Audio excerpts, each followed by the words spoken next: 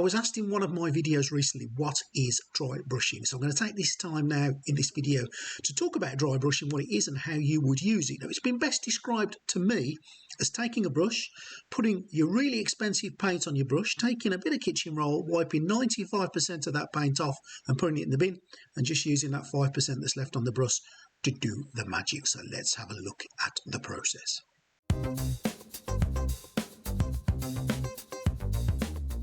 So what are you going to need for dry brushing? Well, the first thing you're going to need is a brush. Now, any brush technically can be used for a dry brush, but the ones that we recommend you use, and I'll come to why later on, are something like this. These are brushes that are broad surfaced brushes, ones where there's a lot of surface area to them. Now, that one's only a little one, but it's still got quite a big surface area when it comes to a brush. Now, when I say any brush can be used for dry brushing, when you look at the technique, you'll see that you can apply that technique, which is get the paint on the brush and get the paint off the brush, to any brush, but the bigger the better. Now, these ones are specific dry brushes, and these are from the Army Painter, and I'll put a link in the description to where you can buy them from. But the other thing you can use for dry brushing, and I prefer these, if I'm absolutely honest, on a whole lot of my models, is just simple makeup brushes that you have stolen from your other half or purchased from the mighty Amazon. And again, I'll put a link in the description to where you can get them from. Now, as you can see, these are quite big surface area brushes, and these are absolutely perfect for dry brushing. The bigger, the better when you're looking at a big surface area. So what I'm going to do, I'm just going to demonstrate on a couple of models that I've printed off purely for this purpose how to use dry brushing. So the first thing we're going to do is have a look at one of these Army Painter ones, and I'm going to use this Mandalorian model here, which I've just coated in some matte black primer. And what I'm going to do is get a little bit of silver paint, just some plate mail metal, give it a bit of a shake, and I'm going to pop it into my wet palette.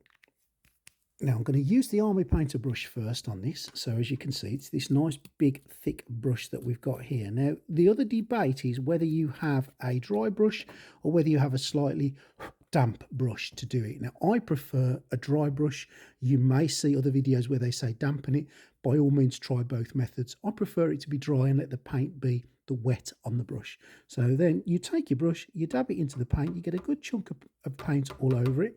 Then you take your kitchen roll and you literally get that really expensive paint and you get the majority of it off. So you're just left with a real splattering on there, a real small area of paint. And the technique for dry brushing, and we'll do it on his back first, is just to lightly brush across the surface. And what this does is it catches the highlights of the model and it just exaggerates the highlights a little bit.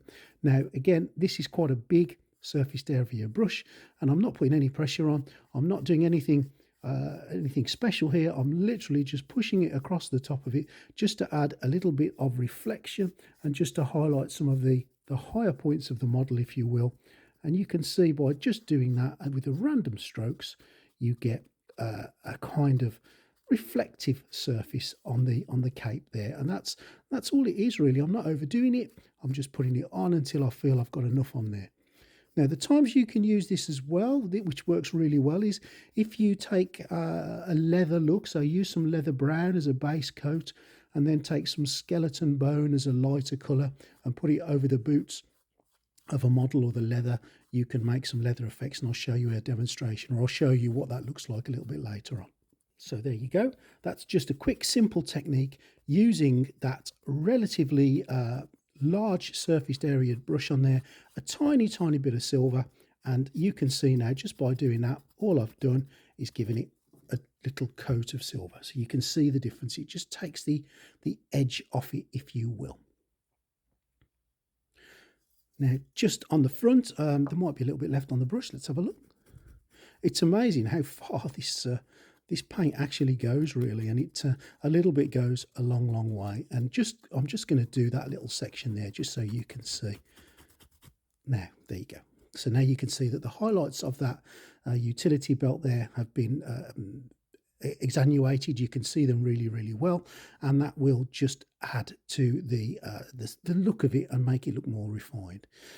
What you can also do with it is, if you've got a base layer of, say, red, which is what I'm going to have for this dragon here, I can make all of his scales and the little bits and the edges of him pop out just by using a red paint that's been dropped down in colour. So we're going to turn it into a kind of a pink colour, and I'm going to use one of the bigger brushes on him so you can see the kind of difference it will make.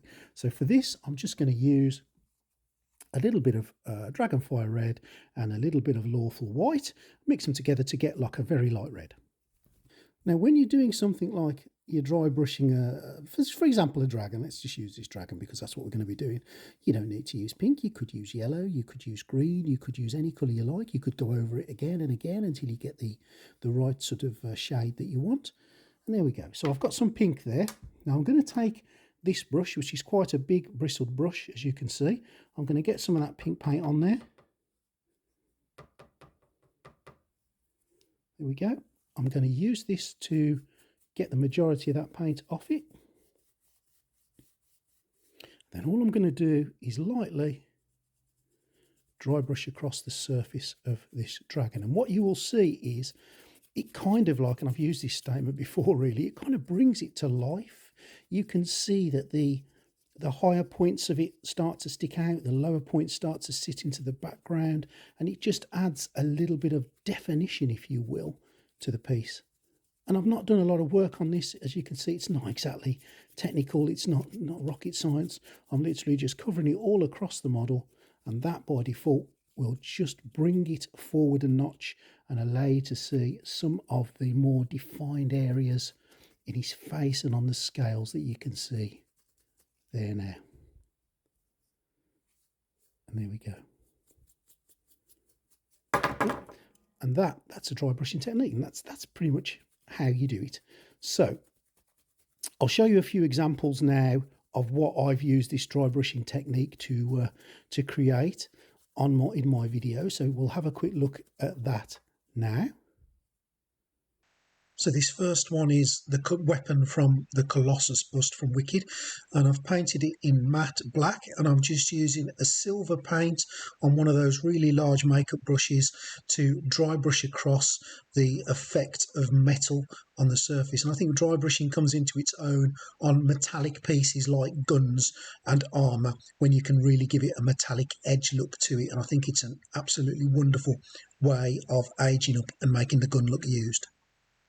The second piece is probably my favourite bit of dry brushing. This is Brekthos the Devourer, and from CA Sculpts, and he had a base layer of purple, and I've used a lighter purple, so the base layer mixed with white, just to dry brush across his skin. And this one absolutely overwhelmed me with the change to the skin. It was amazing.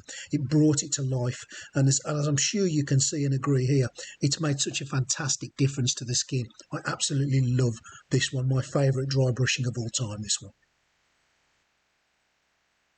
This next one is the Wicked Werewolf bust, and I've just got a base layer of brown, and then I've used a really light brown to dry brush across the top of his fur. And as you can see, what a fantastic effect that's having on his fur. It's really made it look amazing and brought the whole thing to life.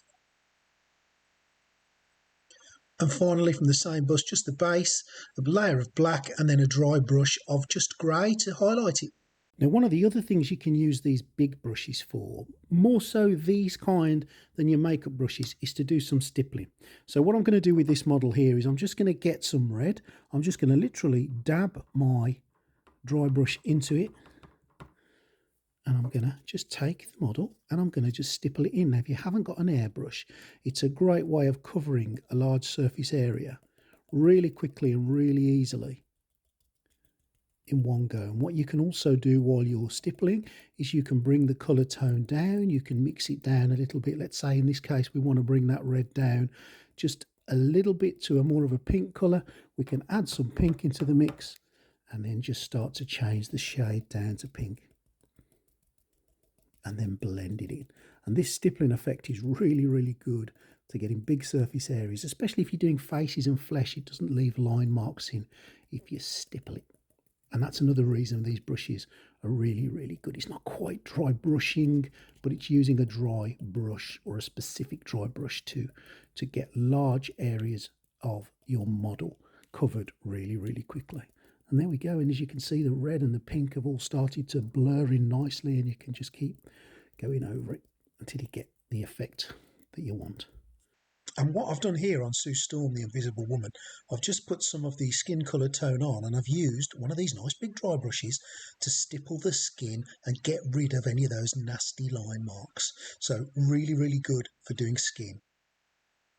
And that's dry brushing. It's not hard to do at all, but the effects you get from doing it are really astounding, aren't they? I mean, here's Mando all done up now. Just as you saw me do it, it's just added that effect to him, and he looks good enough to display just like that, doesn't it? If you need to buy any of those dry brushes, there will be a link in the description for you to buy through Amazon, and I am an Amazon affiliate. It won't cost you guys any more if you buy through the channel, but a little bit kicks back to the channel and it just helps me make these videos.